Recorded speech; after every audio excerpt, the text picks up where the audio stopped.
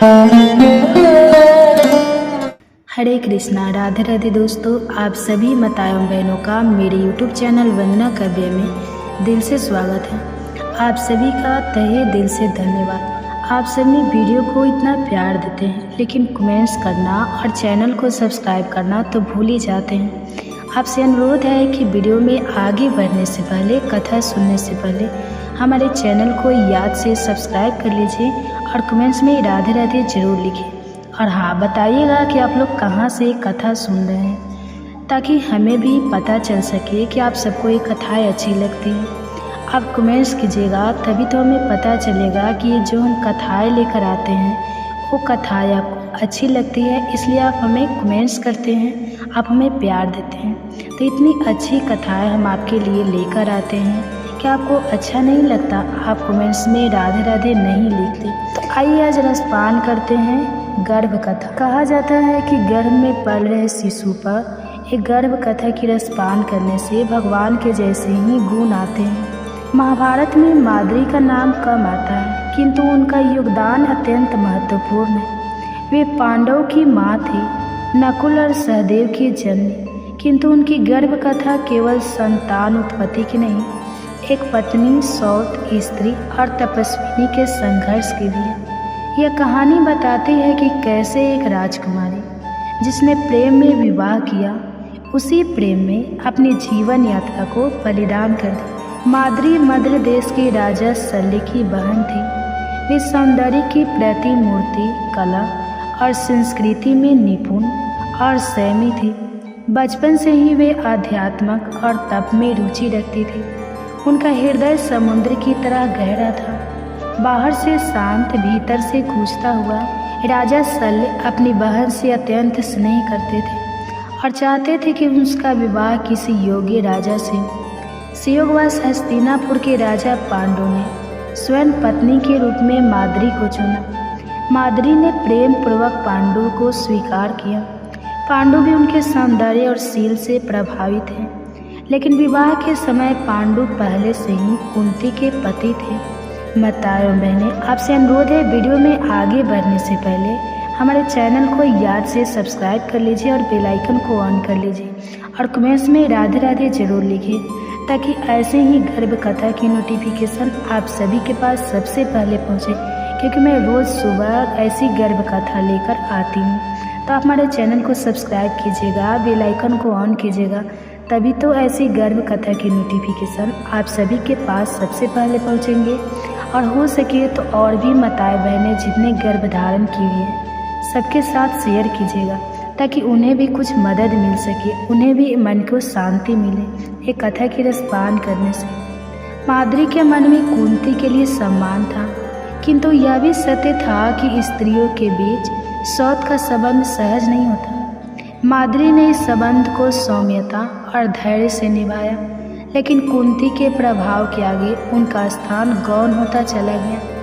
राजा पांडु ने वन में तप करने का निर्णय लिया और दोनों पत्नियां कुंती और माद्री उनके साथ गई। यह समय माद्री के लिए तपस्विनी बनने का था। अब कोई राजमहल नहीं, कोई दासियां नहीं, केवल जंगल, ध्यान और पांडु की सेवा। वही एक दिन पांडु ने भूलवश एक मृग को मार दिया, जो वास्तव में एक ऋषि था। उसने श्राप दिया कि यदि पांडु अपनी पत्नी से संभोग करेंगे तो उनकी मृत्यु निश्चित होगी। पांडु इस श्राप से अत्यंत दुखी हुए। वह संतान के बिना वंश समाप्त होते देख रहे थे।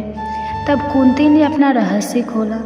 ऋषि दुर्वासा द्वारा दिया गया वह मंत्र, जिससे वह देवताओं से संतान पा सकती थी। पांडु प्रसन्न हुए और कुंती ने मंत्र का उपयोग कर धर्मराज, यम, वायु और इंद्र से तीन पुत्रों युधिष्ठिर, भीम और अर्जुन को जन्म दिया। माद्री यह सब देखती रही। उनके मन में संतुलन बना रहा। कुंती के लिए ईर्ष्या नहीं, परंतु स्वयं माँ बनने की तीव्र आकांक्षा थी। उन्होंने विनम्रता से कुंती से आग्रह किया कि वह भी यह मंत्र उपयोग कर सके। कुंती ने अपनी उदारता दिखाई और मंत्र माद्री को सौंपा, यह वचन लेकर कि वह केवल एक बार प्रयोग करेगी। माद्री ने मंत्र का जाप करते हुए अश्विनी कुमारों, नसत्य और दर्शन को स्मरण किया।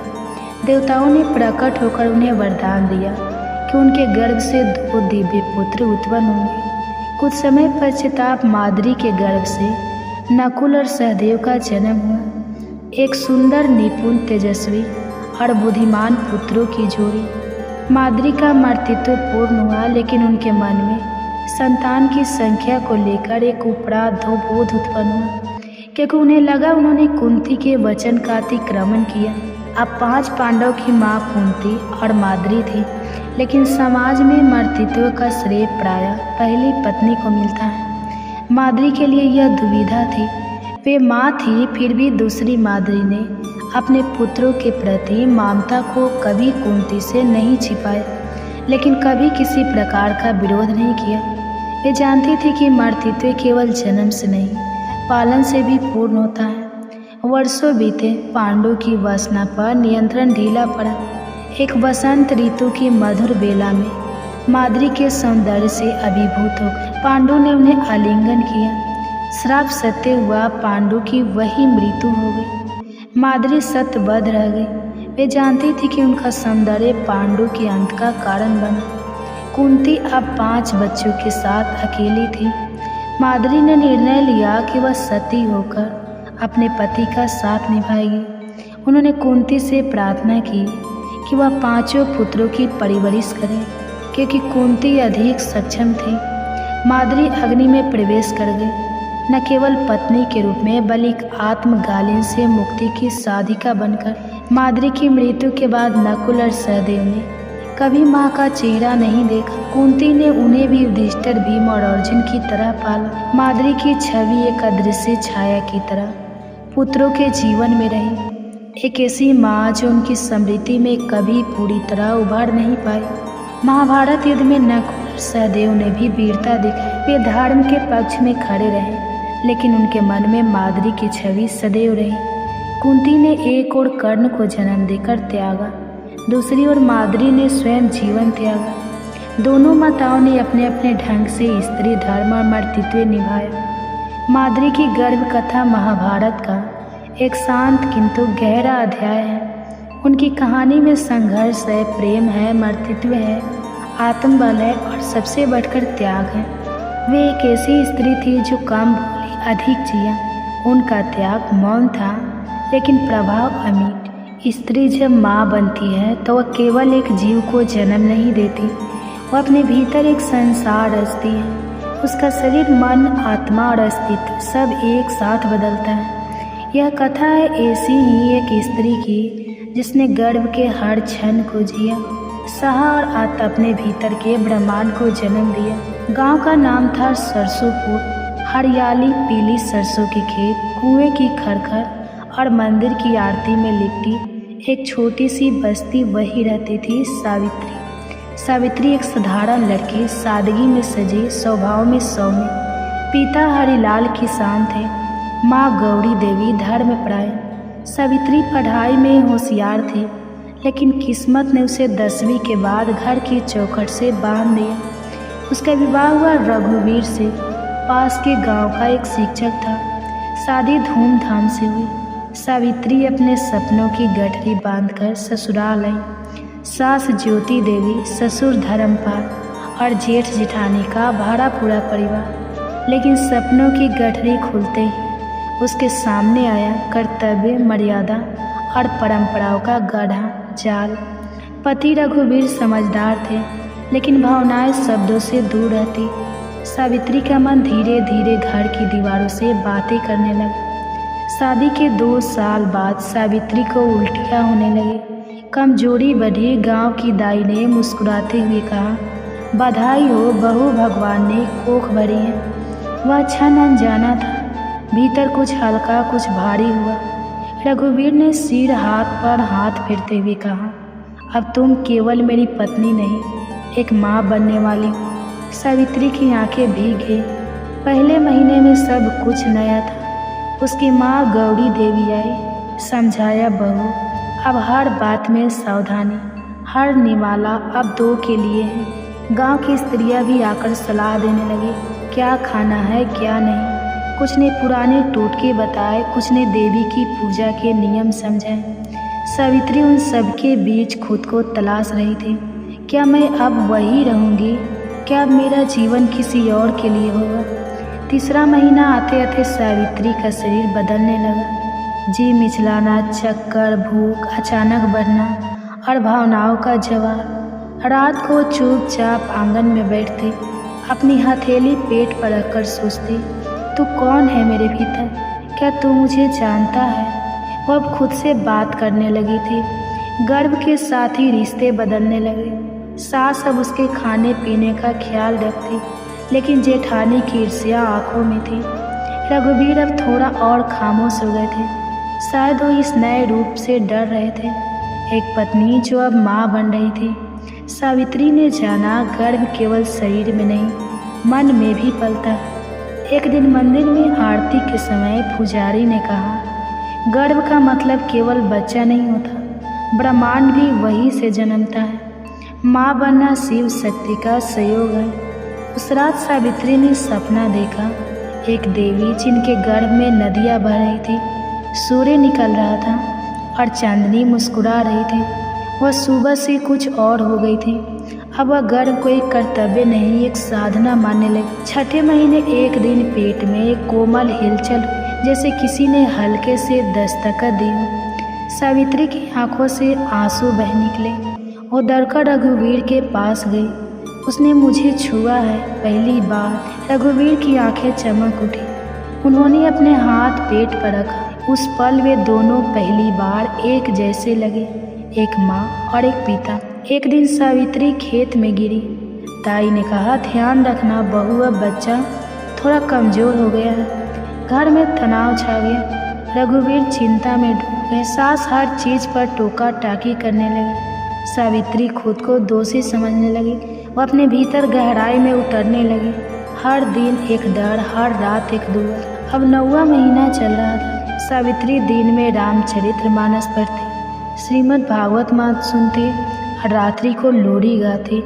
अपने गर्भस्थ शिशु के लिए उसका मन अब शांत हो गया था। उसने भीतर से माँ बनने की तैयारी कर ली थी। हर स्त्री के जीवन में यह समय एक साधना होता है, भविष्य को जन्म देने की साधना। पूर्णिमा की रात थी। चांद आसमान पर पूरी उत्साह से खिला था। सावित्री की पीड़ा शुरू हुई। दाई, सास और गांव की स्त्रियां एकत्र हुई। पूरी रात सिसकियों, मंत्रों और हिम्मत के बीच बीती। प्रभात होते होते किलकारी गूंजी। सावित्री माँ बन चुकी थी।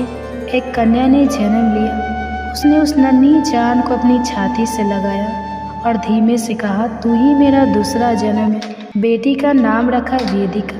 सावित्री ने ठान लिया कि वो अपनी बेटी को पढ़ाएगी, उसके सपनों को अपने सपनों से बड़ा बनाएगी।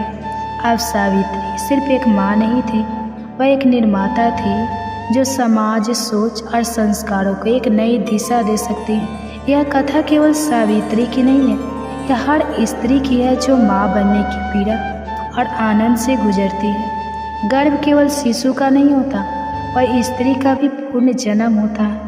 वह एक साधिका बनती है, अपने भीतर की देवी तत्व को पहचानने वाली। गर्भ कथा। आज आप अपने गर्भ में पल रहे शिशु को सुनाएंगे महाभारत की कहानी। कहा जाता है कि गर्भावस्था में अगर पूरी भागवत ना भी सुन पाए तो महाभारत के युद्ध के समय की कृष्ण की वीरता और कुंती के गर्भ कथा की रसपान करने से हमारे गर्भ में पल रहे शिशु पर कर्ण के जैसी ही वीरता प्रकट होती है। तो आइए हम अपने गर्भ में पल रहे शिशु को श्रवण कराएं महाभारत की दिव्य चमत्कारी कहानी और कर्ण की दिव्यता। अगर कहानी अच्छी लगेगी तो वीडियो को लाइक कीजिएगा और चैनल पर नए हैं तो चैनल को सब्सक्राइब करके बेल आइकन को ऑन कर लीजिएगा, ताकि ऐसे ही गर्भ कथा की नोटिफिकेशन की वीडियो आप सभी माँ के पास सबसे पहले पहुँचे। हो सके तो ज़्यादा से ज़्यादा शेयर कीजिएगा। तो आइए श्रवण करते हैं। कमेंट्स बॉक्स में राधे राधे जरूर लिखिएगा। याद से आपके कमेंट्स का हमें इंतज़ार रहेगा। महाभारत की कथा जितनी वीरता, धर्म और युद्ध की है, उतनी ही मातृत्व, त्याग और स्त्री शक्ति की भी है। कुंती पांडव की जननी न केवल एक रानी थी, बल्कि वह एक ऐसी स्त्री थी जिनका जीवन संघर्ष, रहस्य और अध्यात्म से भरा था। यह गर्भ कथा उस कुंती की है जिन्होंने समय से पहले माँ बनने का अनुभव किया। और फिर जीवन भर उस मर्तित्व को अपने हृदय में छिपा कर जिया। कुंती का जन्म राजा सूरसेन के घर हुआ था और बचपन में ही उन्होंने अपने मामा कंस को सौंप दिया गया था। बाद में राजा कांतिभोज ने उन्हें गोद लिया, इसलिए उनका नाम कुंती पड़ा। कुंती का बचपन राजसी ऐश्वर्य में भी था, लेकिन वे बचपन से ही गंभीर, विदुषी और जिज्ञासु स्वभाव की थी। वे वैदिक शास्त्रों, तप और ब्रह्मचर्य के महत्व को समझती थी। यही कारण था कि उन्होंने स्वयं सेविका की तरह ऋषियों की सेवा की और विशेष रूप से ऋषि दुर्वासा को तृप्त किया। एक दिन ऋषि दुर्वासा उनके महल में अतिथि बनकर आए। क्रोधी स्वभाव के लिए प्रसिद्ध दुर्वासा को कुंती ने अत्यंत श्रद्धा से सेवा देकर प्रसन्न किया। इससे प्रसन्न होकर ऋषि ने उन्हें एक दिव्य मंत्र दिया। इस मंत्र को यदि तुम किसी भी देवता का स्मरण कर उच्चारण करोगी तो वह देवता प्रकट होकर तुम्हें संतान की प्राप्ति कराएगा। कुंती मंत्र के प्रभाव को लेकर अत्यंत जिज्ञासु, परंतु बाल्यावस्था और अनुभवहीनता के कारण उन्होंने एक दिन प्रातः काल सूर्यदेव का स्मरण करते हुए मंत्र का प्रयोग कर डाला।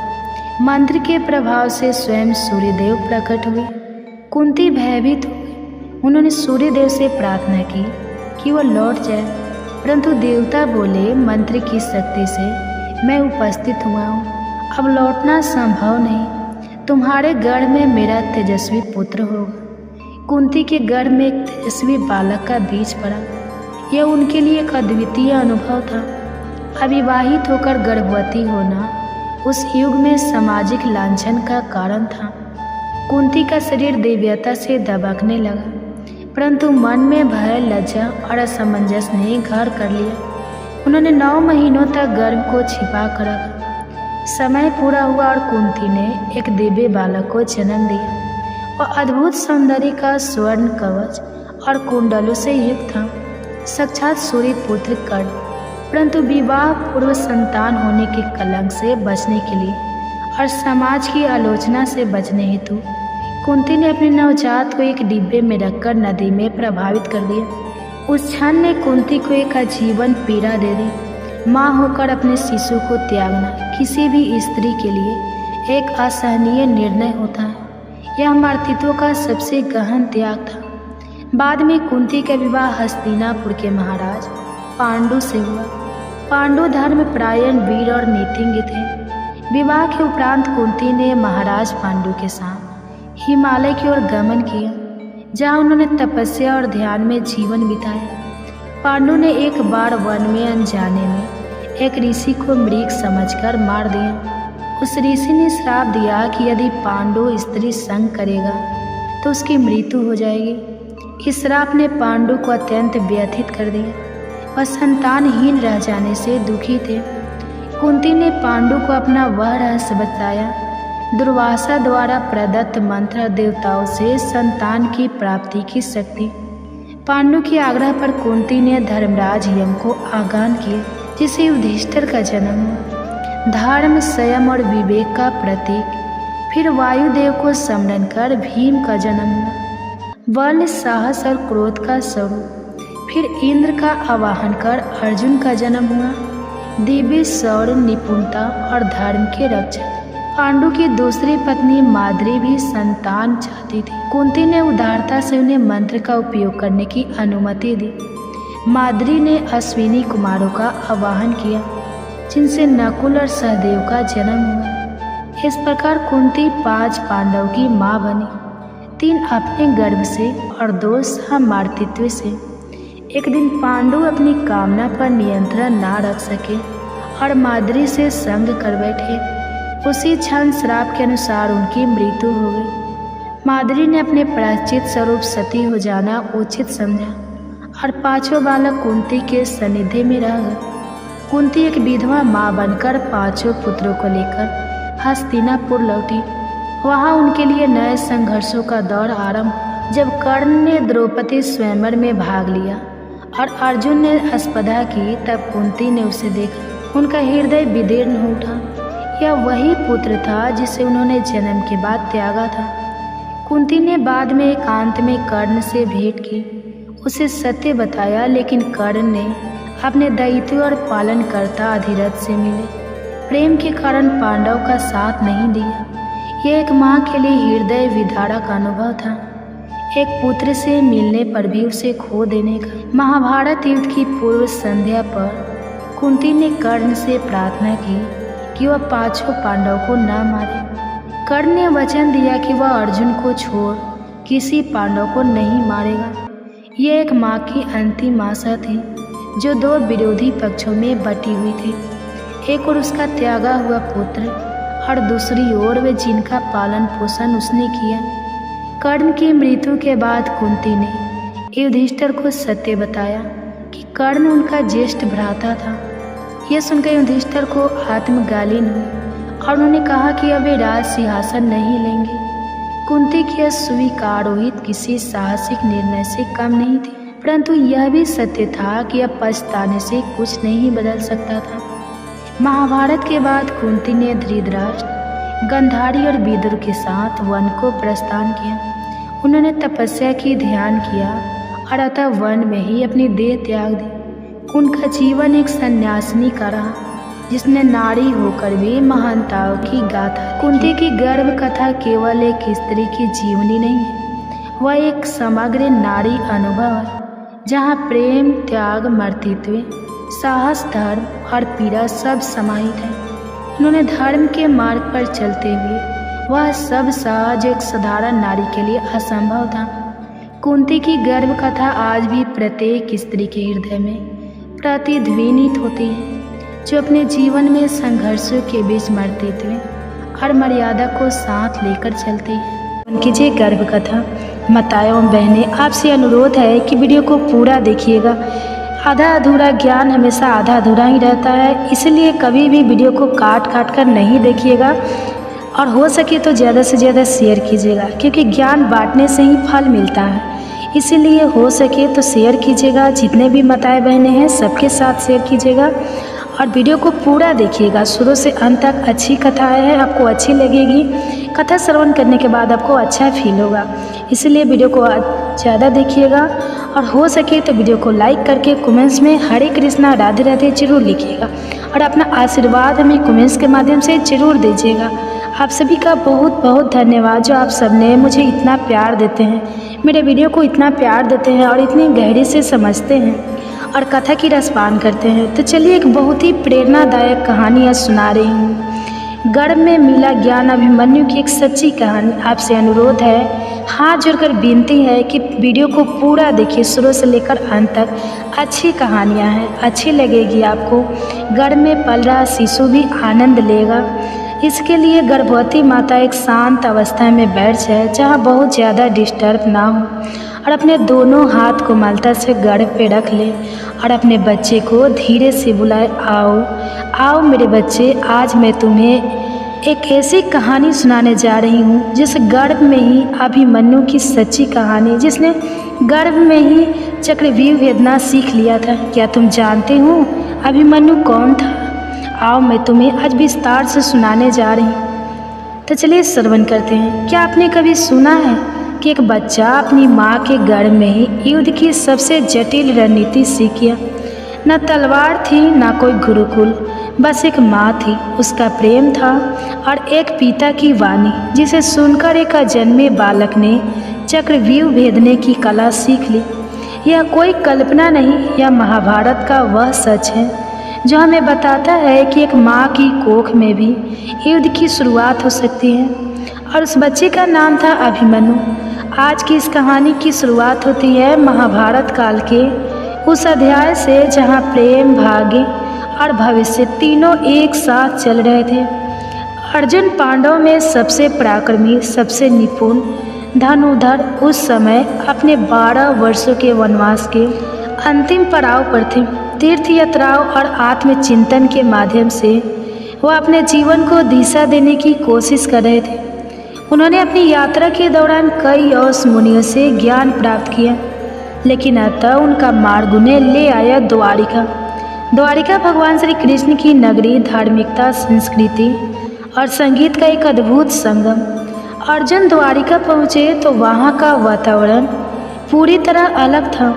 समुद्र की लहरें, मंदिरों की घंटियाँ और कृष्ण की नगरी की दिव्यता, यह सब कुछ जैसे उनके थके हुए मन को शांति देने आए हो।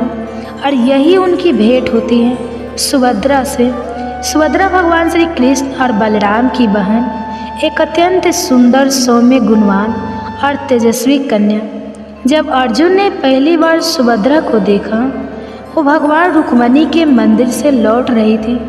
सफ़ेद वस्त्र, हाथों में पूजा की थाली और चेहरे पर एक शांत तेज। अर्जुन की दृष्टि कुछ क्षणों तक स्थिर रह गई। वो केवल सौंदर्य नहीं देख रहे थे, वो एक ऐसे व्यक्तित्व को देख रहे थे जिसमें भविष्य की माता, भावी रानी और एक वीर योद्धा की जननी छिपी थी।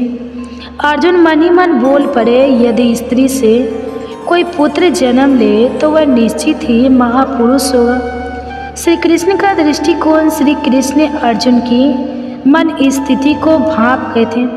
वे मुस्कुराए और बोले, पार्थ, तू तीर्थों की यात्रा पर निकला था, लेकिन तुझे अपनी संतान का तीर्थ मिलने आया है। सुभद्रा कोई सामान्य कन्या नहीं, वह उस यज्ञ की अग्नि है जिसमें धर्म का बीज अंकुरित होगा। अर्जुन थोड़ा संकोच में थे, क्योंकि सुभद्रा यादव कुल की राजकुमारी थी और बलराम चाहते थे कि सुभद्रा का विवाह गुरु वंश के बाहर हो। लेकिन श्री कृष्ण ने कहा, सच्चा विवाह वही है जहाँ मन और कर्म दोनों शुद्ध हो। सुभद्रा तेरे पति की सहचरी है, तेरे भावी पुत्र की माता है। अब तुझे पहल करनी होगी। सुभद्रा का भी मन मौन में उतर दे रहा था। अर्जुन की विनम्रता, उनकी वीरता और उनका धर्म के प्रति समर्पण, सब कुछ सुभद्रा के हृदय को छू गया था। अर्जुन और सुभद्रा के बीच कुछ दिनों में आत्मीयता बढ़ी।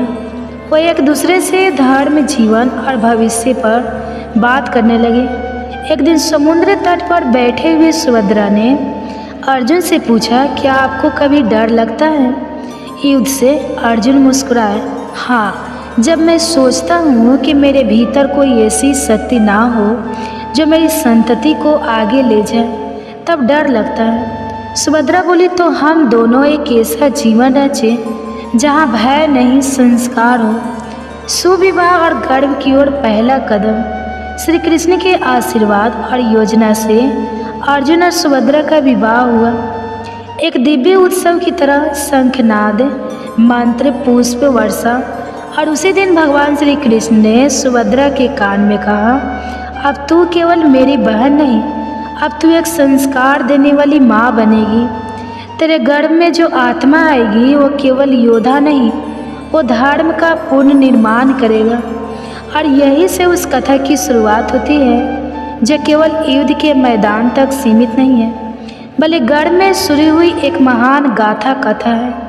एक माँ, एक पिता और एक अजन्मे बच्चे के बीच का ऐसा पवित्र सवाल जिसने जन्म दिया अभिमन्यु को। विवाह के कुछ महीनों बाद सुभद्रा ने अर्जुन को वह शुभ समाचार दिया जिसका वह हृदय से इंतजार कर रहे थे।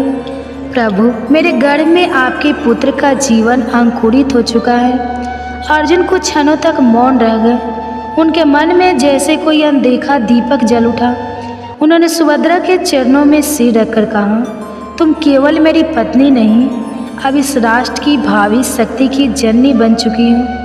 और वहीं से शुरू हुई गर्भ शिक्षा की वो यात्रा जिसे आज भी इतिहास सिर झुकाकर याद करता है।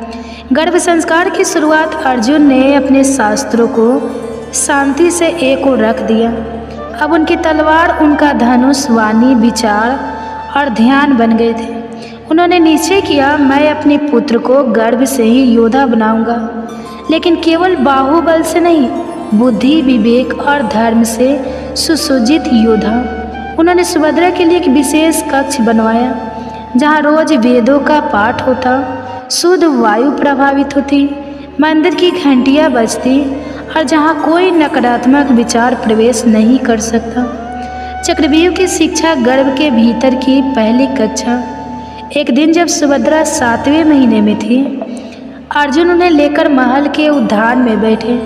चारों ओर नीम की छाया, हरे वृक्षों की मंद हवा और शांत वातावरण में अर्जुन ने कहना शुरू किया, प्रिय, आज मैं तुम्हें वह युद्ध प्रणाली समझाऊंगा जिसे चीर पाना किसी साधारण योद्धा के बस की बात नहीं होती।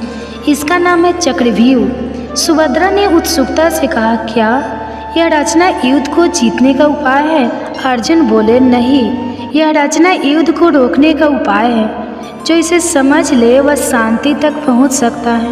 और फिर उन्होंने सुभद्रा को बताना शुरू किया कैसे चक्रव्यूह 7 परतों का एक घूर्णनशील कवच होता है।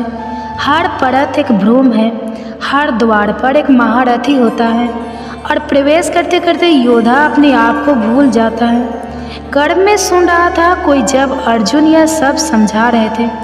सुभद्रा तो केवल श्रोता थी, लेकिन कोई और था जो हर शब्द को आत्मा की गहराई से सुन रहा था। वो था अजन्मा अभिमन्यु। गर्भ में परंतु पूर्ण चेतना में जैसे जैसे अर्जुन चक्रव्यूह की परतों की बात करते, अभिमन्यु की गति बढ़ती जाती।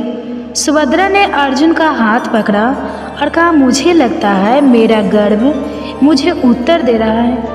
अर्जुन मुस्कुराए और बोले, वह कोई साधारण आत्मा नहीं है, उसे यह ज्ञान अब आत्मा की स्मृति में अंकित हो रहा है। अधूरी शिक्षा एक नियति लेकर जब अर्जुन 7वीं परत तक पहुँचे और बाहर निकलने की विधि बताने ही वाले थे, सुभद्रा को अचानक नींद आने लगी। गर्भ का भार, मौसम की गर्मी और गढ़ ज्ञान की थकान, सुभद्रा सो गई। अर्जुन ने भी बात रोक दी, पर शायद नियति को यही मंजूर था। अभिमन्यु ने चक्रव्यूह में प्रवेश करना सीख लिया था, पर निकलने का मार्ग अधूरा रह गया। पर श्री कृष्ण की दृष्टि में यह भी पूर्ण था। शाम को श्री कृष्ण महल आए। उन्होंने सुभद्रा के सोते हुए चेहरे को देखा, फिर अभिमन्यु के गर्भ की ओर दृष्टि की, मुस्कुराकर बोले, बालक ने जितना सुन लिया वही योगों के लिए पर्याप्त है, क्योंकि इसमें केवल अर्जुन की वाणी नहीं थी, इसमें माँ की उपस्थिति, प्रेम और शक्ति भी समाहित थी। उन्होंने सुभद्रा के सिर पर हाथ रखा और कहा, यह बालक तुम्हारे गर्भ से नहीं, तुम्हारी श्रद्धा से जन्म लेगा और यहीं से बन गया वह आधार जिस पर जन्मा इतिहास का सबसे तेजस्वी योद्धा अभिमन्यु। तो दोस्तों, आज आपने सुना कि कैसे अर्जुन ने गर्भवती सुभद्रा को चक्रव्यूह की जटिल रचना समझाई और कैसे माँ के गर्भ में पल रहा बालक अभिमन्यु हर शब्द को आत्मा में उतारता चला गया, लेकिन वो ज्ञान अधूरा रह गया। कहते हैं जन्म तो हर कोई लेता है, लेकिन कुछ जन्म इतिहास की दिशा मोड़ने आते हैं। आज हम बात कर रहे हैं अभिमन्यु की, जिसने गर्भ में ज्ञान पाया और जन्म लेकर उसे धर्म की रक्षा के लिए शस्त्र बन लिया। अभिमन्यु का जन्म एक दिव्यता की अनुभूति, पौष माह की एक शांत चंद्र प्रकाश से भरी रात थी। महल के आंगन में तुलसी के पौधे के पास दीपक टिमटिमा रहा था। सभी वेद पाठी ब्राह्मण वैदिक मंत्रों का जाप कर रहे थे। उसी समय सुभद्रा ने एक दिव्य बालक को जन्म दिया। बालक का रंग स्वर्ण सा दमकता हुआ था, नेत्र गहरे, शांत पर तेजस्वी, चेहरे पर वैसा तेज जैसा देवताओं में होता है। उसका नाम रखा गया अभिमन्यु। अर्जुन ने जब उसे पहली बार गोद में लिया तो उन्होंने आंखें बंद कर एक ही बात कही, यह केवल मेरा पुत्र नहीं, यह धर्म का सिपाही है। बचपन के लक्षण जब खेल भी शिक्षा थे। अभिमन्यु साधारण शिशु नहीं था।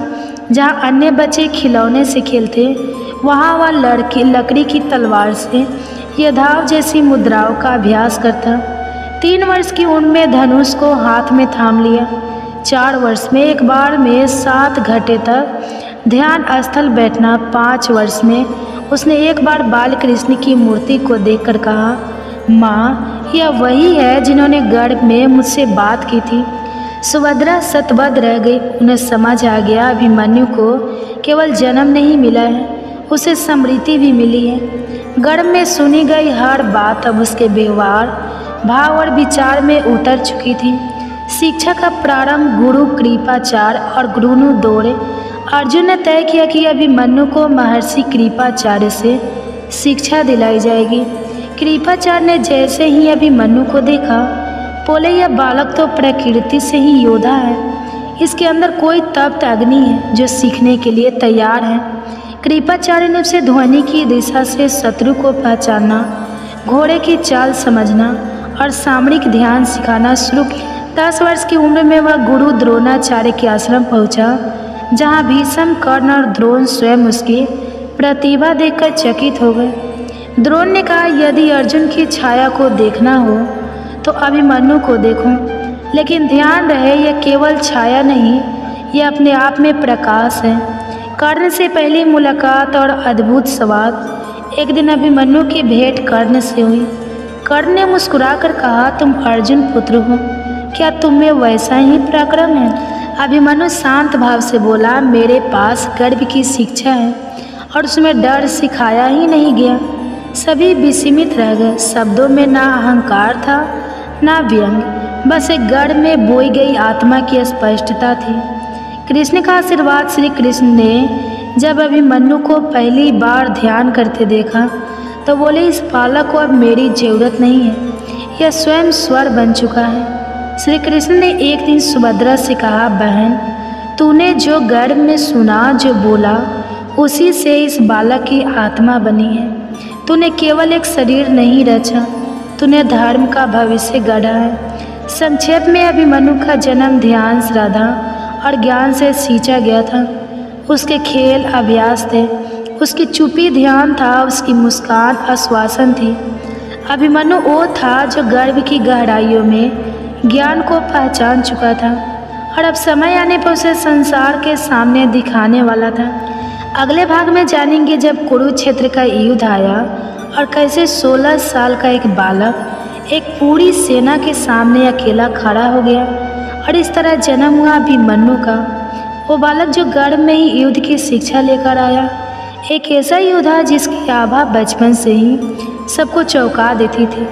पर दोस्तों, यह तो बस शुरुआत है, क्योंकि अब शुरू होगी उसकी असली शिक्षा, वो साधना, वो सीख जो उसे बनाएगी महाभारत के युद्ध का सबसे वीर योद्धा।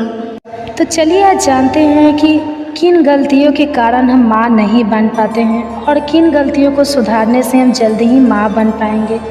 तो वीडियो को पूरा देखिएगा और अंत में आप गर्भ कथा की भी श्रवण करेंगे। तो आशा करती हूँ कि वीडियो अच्छी लगेगी।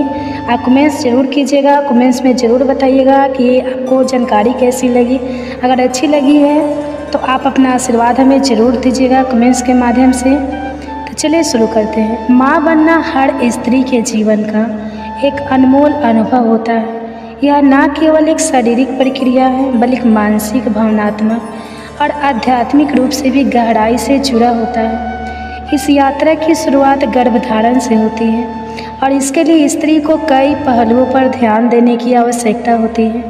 आइए विस्तार से जानें कि माँ बनने के लिए क्या क्या किया जाना चाहिए। देखिए, माँ बनना कोई बड़ी बात नहीं है। माँ बनने के लिए हमें सबसे पहले किन चीज़ की तैयारी करनी चाहिए। माँ बनने की तैयारी मानसिक और शारीरिक रूप से। देखिए, माँ बनने की इच्छा एक गहरा भावनात्मक निर्णय है। इसके लिए आपको स्वयं से कुछ प्रश्न करना चाहिए। क्या आप शिशु के लिए मानसिक रूप से तैयार हैं? क्या आप जिम्मेदारियों को निभाने में सक्षम हैं? क्या आपके जीवन में स्थिरता है? गर्भधारण के लिए शरीर को तैयार करना अत्यंत आवश्यक होता है। इसके लिए हम कदम सहायक हो सकते हैं। निम्नलिखित व्यायाम करें, पौष्टिक भोजन लें, वजन को संतुलित रखें। अत्यधिक मोटापा या कम वजन समस्या उत्पन्न कर सकता है। धूम्रपान, शराब और नशीले पदार्थों से बचें। गर्भधारण की योजना बनाते समय एक स्त्री रोग विशेषज्ञ गायनोकोलॉजिस्ट से मिलना बहुत जरूरी है। डॉक्टर आपके मासिक धर्म चक्र, अंडोत्सर्ग की स्थिति और अन्य आवश्यक पहलुओं की जांच करेंगे। जरूरी कुछ टेस्ट करेंगे। हीमोग्लोबिन, शुगर, थायराइड टेस्ट, यौन संचारित रोगों की जांच करेंगे। पैल्विक अल्ट्रासाउंड कराएंगे। यूरिन और ब्लड टेस्ट कराएंगे। रूबेला, हेपेटाइटिस इत्यादि की बहुत ऐसे जांच है जो डॉक्टर की सहायता से कर सकते हैं। गर्भधारण के लिए सही समय का चयन करना महत्वपूर्ण होता है। मासिक चक्र में एक विशेष अवधि होती है जिसमें गर्भधारण की संभावना अधिक होती है। देखिए, मासिक धर्म के पहले दिन से गिनते हुए 11वें से 18वें दिन तक अंडोत्सर्ग की संभावना होती है। इस दौरान संभोग करने से गर्भधारण की संभावना बढ़ जाती है। देखिए, अंडोत्सर्ग के पहचानने के तरीके हैं हल्का पेट दर्द, शरीर का तापमान बढ़ना, स्वाइकल म्यूकस में परिवर्तन, ओव्यूलेशन किट से जांच करना। आहार और जीवन शैली में सुधार करते हैं। संतुलित आहार, प्रोटीन, दाल, अंडा, दूध ले, इससे प्रोटीन शरीर में बनी रहती हैं। फोलिक एसिड, हरी सब्जियां, फलियां, ये सब ले। आयरन के लिए पालक, चुकंदर ले सकते हैं। विटामिन डी, विटामिन B12, भरपूर पानी पिए। प्राणायाम, ध्यान और हल्का योग गर्भधारण की संभावना बढ़ाते हैं। मानसिक तनाव कम होता है, शरीर लचीला और स्वस्थ रहता है। जीवन साथी का सहयोग और भावनात्मक सामंजस्य, साथी की भूमिका भी इसमें पूरी होनी चाहिए। पति पत्नी दोनों को एक दूसरे का भावनात्मक सहयोग करना चाहिए। खुलकर संवाद करें, एक दूसरे को समझें और तनाव न बनाएं। संतुलित यौन जीवन, नियमित संभोग करें। विशेषकर ओव्यूलेशन के समय प्यार और विश्वास की भावना बनी रहे। गर्भधारण न होने की स्थिति में क्या करें? 6 महीने से 1 साल प्रयास के बाद भी गर्भ ना ठहरे तो दोनों पार्टनर को टेस्ट कराना चाहिए। स्पर्म काउंट, फैलोपियन ट्यूब की जांच, हार्मोनल संतुलन देखिए। दवाइयों द्वारा ओव्यूलेशन को नियंत्रित करना चाहिए। आयुर्वेदिक चिकित्सा, पंचकर्म से होम्योपैथी विकल्प ले। आयुर्वेदिक औषधियाँ ज़्यादा से ज़्यादा इसमें काम करती हैं। अश्वगंधा तनाव कम करती है। शतावरी प्रजनन क्षमता बढ़ाती है। पुनर्वा गर्भाशय को स्वस्थ रखती है। गौमूत्र और हार्मोन संतुलन में सहायक करती हैं। और घरेलू उपाय से करना चाहते हैं तो खजूर और दूध, ये है शरीर को ताकत देता है। मेथी के बीज मानसिक धर्म नियमित करते हैं। हरी सब्जियों और मौसमी फलों का सेवन करना चाहिए। गर्भधारण के लिए सकारात्मक सोच और धार्मिक आस्था रखें। मन को शांत रखें। चिंता से हार्मोनल संतुलन हो सकता है। सकारात्मक सोच रखें। पूजा पाठ और मंत्र रखें। संतानों की प्राप्ति के लिए व्रत उपवास जैसे संतोषी माता, वट सावित्री व्रत, संतति प्राप्ति मंत्र, ओम नमो भगवते जगन्मृति रूपने नमः या गोपाल सहस्त्र नाम गर्भधारण संकल्प पाठ करें। माँ बनने के बाद की जिम्मेदारी, एक झलक। माँ बनने का निर्णय सिर्फ गर्भधारण तक सीमित नहीं होता, यह एक दीर्घकालीन प्रतिबद्धता है। संतान का पालन पोषण करना, मानसिक और शारीरिक विकास की जिम्मेदारी, नैतिक मूल्य की शिक्षा देना। माँ बनना एक सुंदर और चुनौतीपूर्ण यात्रा है जिससे शारीरिक तैयारी, मानसिक स्थिरता, उचित चिकित्सा सलाह और भावनात्मक समर्थन की आवश्यकता होती है। यदि आप इस प्रक्रिया को संपूर्ण प्रेम, धैर्य और विश्वास के साथ अपनाएं तो मातृत्व का द्वार आपके लिए सहज रूप से खुल सकता है। तो ये थी माँ बनने की कुछ प्रक्रिया। जिन माताओं बहनों की गोद नहीं भर रही है, कृपया हम जितने भी जानकारी दिए हैं उन सब की आप फॉलो कीजिए। हो सके तो भगवान आपकी गोद जल्दी ही भर देंगे। हम भगवान से प्रार्थना करते हैं कि आपकी गोद जल्दी से जल्दी भर जाए। आप अपना आशीर्वाद हम अपने कमेंट्स के माध्यम से हमें ज़रूर दीजिएगा। आप अपनी आशीर्वाद कमेंट्स के माध्यम से देते हैं। कमेंट्स में राधे राधे हरे कृष्णा लिखते हैं तो हमें बहुत अच्छा लगता है। हमें सकारात्मक अनुभव होता है कि हमारी जो कहानी है वो आपको अच्छी लग रही है। तो जितने भी माताएं बहनें गर्भधारण की हुई है, वो अगर आप ये वीडियो देख रहे हैं तो अब आपके लिए है, आप श्रवण कीजिए गर्भ कथा। क्या आपने कभी सोचा है कि एक अजन्मा बच्चा अपनी माँ की भावनाओं को महसूस कर सकता है? क्या माँ का हर विचार, हर अनुभव गर्भ में पल रहे शिशु की सोच, उसका व्यवहार और उसका भविष्य तय कर सकता है? दोस्तों, माँ बनना सिर्फ एक शारीरिक प्रक्रिया नहीं है, यह आत्मा और चेतना का मिलन है और इसी मिलन को सुंदर बनाने का माध्यम है गर्भ संस्कार। आज हम जानेंगे कि गर्भ संस्कार क्या है, यह कैसे काम करता है और हर माँ के लिए क्यों बेहद जरूरी है। भाग 1, गर्भ संस्कार क्या है? गर्भ संस्कार यह सिर्फ एक शब्द नहीं बल्कि माँ और बच्चे के बीच का दृश्य लेकिन गहरा रिश्ता है।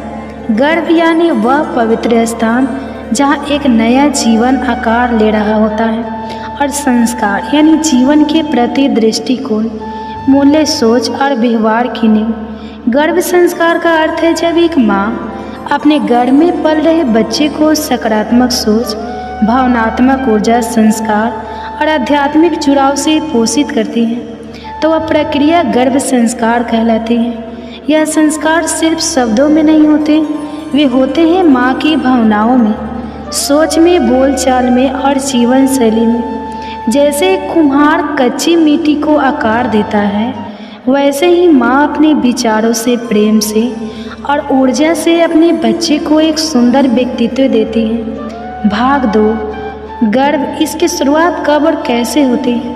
संस्कार की शुरुआत कब और कैसे होती है? कई लोगों को लगता है कि बच्चे को सिखाना तो उसके जन्म के बाद शुरू होता है, लेकिन सच्चाई यह है कि शिक्षा और संस्कार की प्रक्रिया गर्भधारण के क्षण से ही शुरू हो जाती है। जब एक माँ को यह पता चलता है कि वह गर्भवती है, उसी पल से उसकी हर भावना, हर अनुभव, हर सोच सीधे उस बच्चे तक पहुँचने लगती है। विज्ञान कहता है कि गर्भ में पल रहा शिशु 24वें हफ्ते के बाद माँ की आवाज़ को पहचानने लगता है, लेकिन भारतीय संस्कृति यह मानती है कि शिशु गर्भधारण के पहले दिन से ही ऊर्जा को महसूस करता है। इसलिए गर्भ संस्कार की शुरुआत उसी दिन से होती है जब माँ और पिता दोनों मिलकर अपने भीतर जीवन के बीज को स्वीकारते हैं। शुरुआत कैसे करें? अपनी दिनचर्या को धीरे धीरे शांत और स्थिर बनाइए। विचारों को सकारात्मक दिशा दीजिए। खुद से और अपने शिशु से बात करना शुरू कीजिए। अपने आहार, व्यवहार और मनोभाव पर ध्यान दीजिए। गर्भ संस्कार की शुरुआत कोई बड़ा आयोजन नहीं है, यह माँ के दिल की एक छोटी सी लेकिन सच्ची शुरुआत है। भाग 3, क्या विज्ञान भी मानता है? गर्भ संस्कार का विज्ञान और रिसर्च। अब सवाल यह उठता है, क्या यह सब सिर्फ मान्यताओं पर आधारित है? नहीं दोस्तों, आज आधुनिक विज्ञान भी मानता है कि गर्भस्थ शिशु सिर्फ शरीर नहीं बल्कि एक सजग चेतना है। एक भ्रूण मनोविज्ञान, फीटल साइकोलॉजी विज्ञान के अनुसार गर्भस्थ शिशु 4थे महीने से ध्वनियों को महसूस करने लगता है। 5वें महीने तक वह माँ की आवाज़ को पहचानने लगता है। 6ठे महीने से वह रिएक्ट करने लगता है, यानी अगर माँ गुस्से में हो या तनाव में हो तो बच्चा भी असहज हो सकता है। अध्ययनों में पाया गया है कि अगर माँ रोज़ एक ही लोरी या मंत्र सुनती है तो बच्चा जन्म के बाद भी उस ध्वनि से शांति महसूस करता है। 2. एपिजेनेटिक्स। जीन की क्रियावली पर प्रभाव। एपिजेनेटिक्स एक ऐसी वैज्ञानिक शाखा है जो यह कहती है कि हमारे जीवन के अनुभव हमारे जीवन को ऑन या ऑफ कर सकते हैं। यानी यदि माँ तनाव, डर या नकारात्मकता में गर्भावस्था गुजारती है तो यह बच्चे के मानसिक स्वास्थ्य को प्रभावित कर सकता है। वहीं अगर माँ प्रेम, सुकून और संतुलन में रहती है तो बच्चा भविष्य में अधिक भावनात्मक रूप में स्थिर और मानसिक रूप से स्वस्थ होता है। भाग 4 में गर्भ क्यों जरूरी है हर माँ के लिए? संस्कार क्यों है हर माँ के लिए जरूरी? अब बात करते हैं उस मूल सवाल की, हर माँ को गर्भ संस्कार की जरूरत क्यों है? नंबर 1, यह सिर्फ बच्चा नहीं, एक पूरा भविष्य तैयार करता है। गर्भ संस्कार से माँ न केवल एक शरीर को जन्म देती है बल्कि एक चरित्र, एक चेतना, एक संवेदनशील आत्मा को आकार देती है। नंबर 2, माँ और बच्चे का गहरा रिश्ता बनता है। जब माँ रोज अपने बच्चे से बात करती है, गीत गाती है, कहानियाँ सुनाती है तो बच्चा माँ की भावनाओं से जुड़ता है। यह रिश्ता जन्म के बाद भी गहराई से बना रहता है। नंबर 3, माँ खुद मानसिक रूप से शांत और स्थिर रहती है। गर्भ संस्कार का अभ्यास माँ को आत्मचिंतन, ध्यान और भावनात्मक शुद्धता देता है। उसे हर दिन अपने भीतर झांकने का अवसर मिलता है। नंबर 4, पूरे परिवार को जोड़ता है। गर्भ संस्कार में पिता, दादा, दादी और घर के सभी सदस्य भावनात्मक रूप से शामिल हो सकते हैं। इससे परिवार में एक साथ आनंद और जुड़ाव आता है। भाग 5, गर्भ संस्कार कैसे काम करता है? अब सबसे ज़रूरी बात, यह प्रक्रिया असल में काम कैसे करती है। गर्भ संस्कार को आप एक ऊर्जा का आदान प्रदान मान सकते हैं। माँ के भीतर जो विचार, भावनाएं, आवाज़ें और धारणाएं हैं वही बच्चे की चेतना के बीच बन जाती हैं। गर्भ संस्कार की कार्य प्रणाली इस तरह होती है। नंबर 1, ध्यान और मन की स्थिति से जब माँ ध्यान करती है तो उसका मन शांत होता है। यह शांति सीधे शिशु को मिलती है जिससे उसका भावनात्मक विकास बेहतर होता है। नंबर 2, ध्वनि और कंपन। वाइब्रेशन से मंत्र, संगीत और सकारात्मक शब्दों की ध्वनि माँ के शरीर से होकर बच्चे तक जाती है। यह ध्वनियाँ शिशु की कोशिकाओं तक ऊर्जा पहुँचाती हैं। नंबर 3, रोज़मर्रा के विचारों से जो बातें माँ सोचती है, मुझे डर लग रहा है या मैं बहुत खुश हूँ, यह बातें बच्चे के अवचेतन मन सबकॉन्शियस में संग्रहित होती हैं। नंबर 4, खान पान और शरीर की क्रियाओं से जो आहार माँ लेती हैं उसका सीधा प्रभाव शिशु के शारीरिक विकास पर पड़ता है। लेकिन सिर्फ भोजन नहीं, माँ की पाचन शक्ति, नींद, तनाव स्तर और हार्मोनल संतुलन सब कुछ शिशु को प्रभावित करता है। यही कारण है कि गर्भ संस्कार को संपूर्ण जीवन शैली की प्रक्रिया माना जाता है जिससे शरीर, मन, आत्मा तीनों का समन्वय होता है। भाग 6, गर्भ संस्कार की मुख्य विधियाँ। अब सवाल आता है, हम गर्भ संस्कार को व्यवहारिक रूप से कैसे अपनाएं? गर्भ संस्कार कोई भारी भरकम कर्म कांड नहीं है। ये तो प्रेम, ध्यान और सहजता से की जाने वाली एक सुंदर दिनचर्या है। यहाँ कुछ प्रमुख विधियाँ और अभ्यास दिए जा रहे हैं जिन्हें हर माँ और पिता भी अपनी दिनचर्या में शामिल कर सकते हैं। नंबर 1, ध्यान और प्राणायाम। Meditation and breathing. दिन की शुरुआत 10 से 15 मिनट के ध्यान और गहरी श्वास से करें। यह माँ के मन को शांत करता है और गर्भस्थ शिशु को स्थिर ऊर्जा देता है। ध्यान के दौरान कल्पना करें कि एक सुनहरी रोशनी आपके गर्भ में फैल रही है और शिशु को सुरक्षा और प्रेम दे रही है। नंबर 2, सकारात्मक स्वाद, पॉजिटिव अफमेंजस। रोज शिशु से प्रेम से बात करें। तुम स्वस्थ और खुश हो, तुम जीवन में सुंदर कार्य करोगे, मैं तुम्हें प्यार देती हूँ। यह स्वाद बच्चे के अवचेतन में गहराई से बसता है।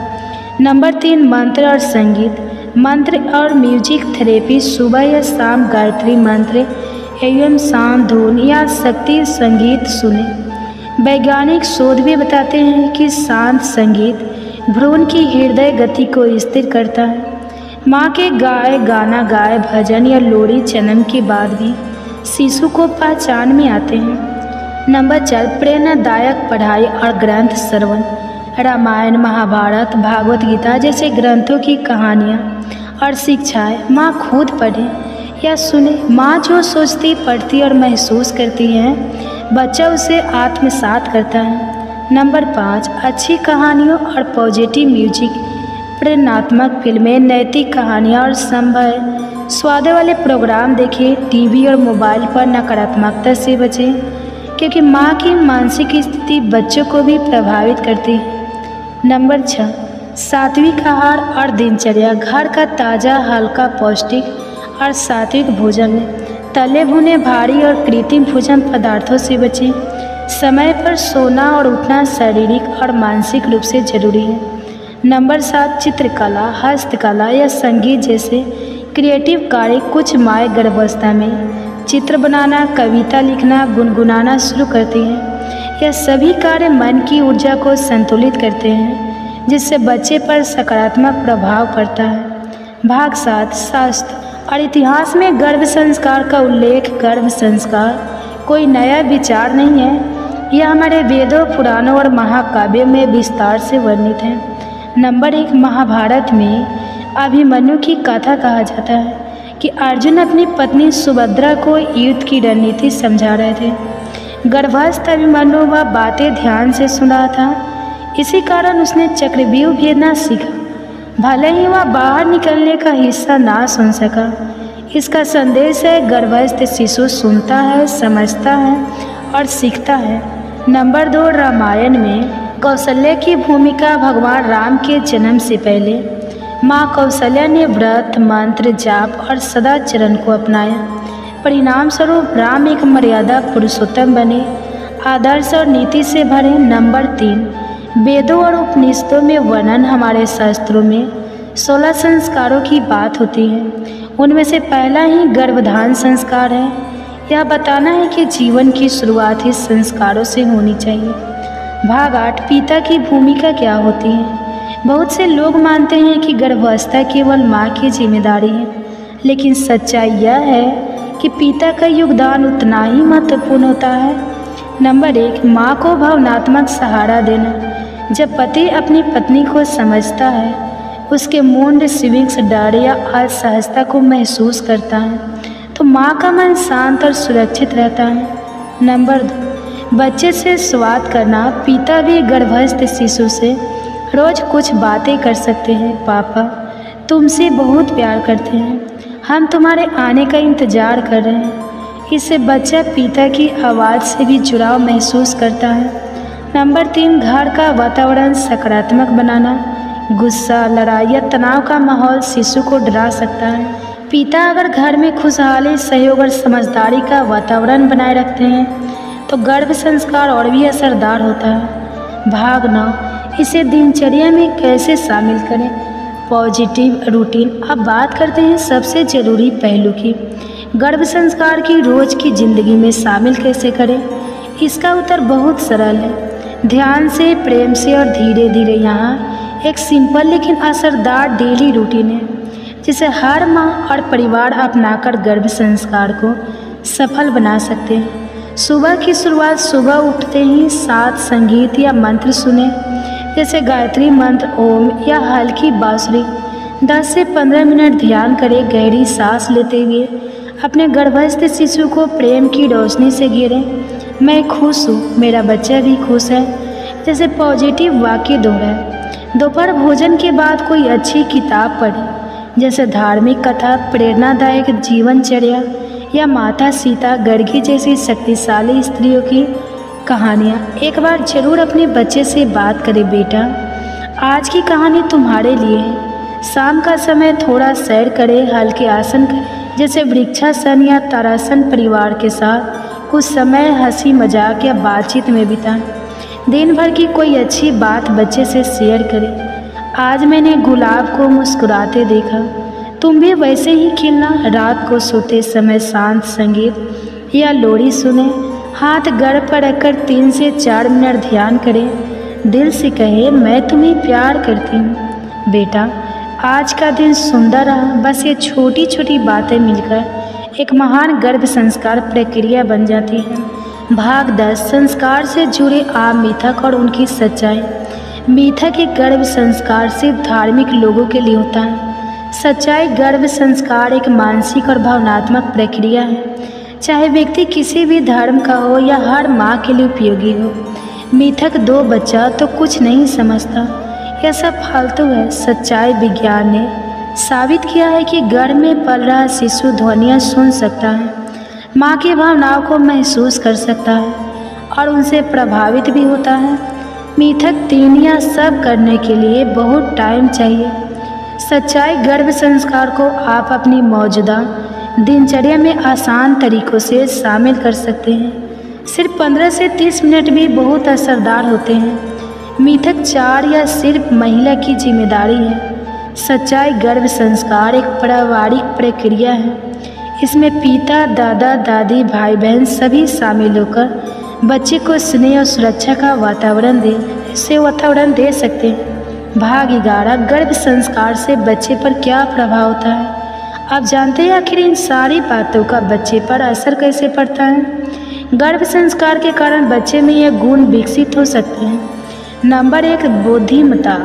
बुद्धिमत्ता में वृद्धि। जो बच्चे गर्भ में अच्छे संगीत, कहानियों और पॉजिटिव वाइब से पोषित होते हैं, उनका तार्किक और भावनात्मक विकास तेज होता है।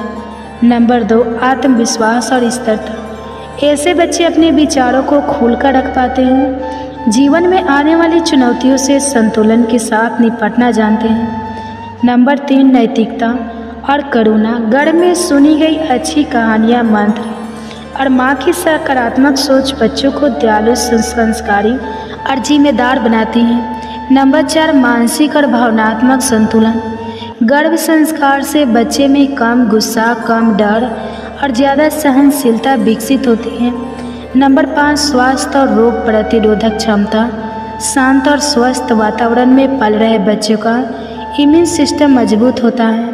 भाग 12, समापन एक माँ के विचारों से बदल सकता है। एक जीवन। आज आपने जाना कि गर्भ संस्कार क्या है, यह कैसे काम करता है और क्यों हर माँ के लिए इतना जरूरी है। गर्भ संस्कार कोई किताब का अध्याय नहीं, बल्कि हर उस माँ की कहानी है जो अपने बच्चे को सिर्फ जन्म ही नहीं देना चाहती, बल्कि उसे एक बेहतर इंसान भी बनाना चाहती है। जब एक माँ खुद पर काम करती है, अपने विचारों पर, भावनाओं पर, अपने जीवन पर, तो उसका असर सिर्फ उस बच्चे पर नहीं, बल्कि पूरे समाज पर पड़ता है। एक माँ जब ध्यान करती है, मंत्र सुनती है, प्यार से बोलती है, तो उसके गर्भ में पल रहा शिशु हर उस ऊर्जा को अपने अंदर समाहित कर लेता है। वो जो संस्कार बनते हैं, आज व कल एक सभी समझदार और संवेदनशील समाज बनाएंगे। तो गर्भ संस्कार अपनाइए, सिर्फ एक स्वस्थ बच्चा नहीं, बल्कि एक प्रकाशमान भविष्य को जन्म दीजिए।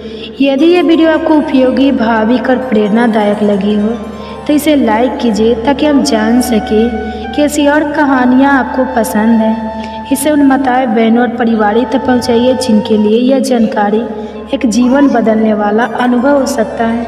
कमेंट्स में हमें बताइए, क्या आपने कभी गर्भ संस्कार को महसूस किया है? क्या आप भी इस यात्रा को अपनाना चाहेंगे?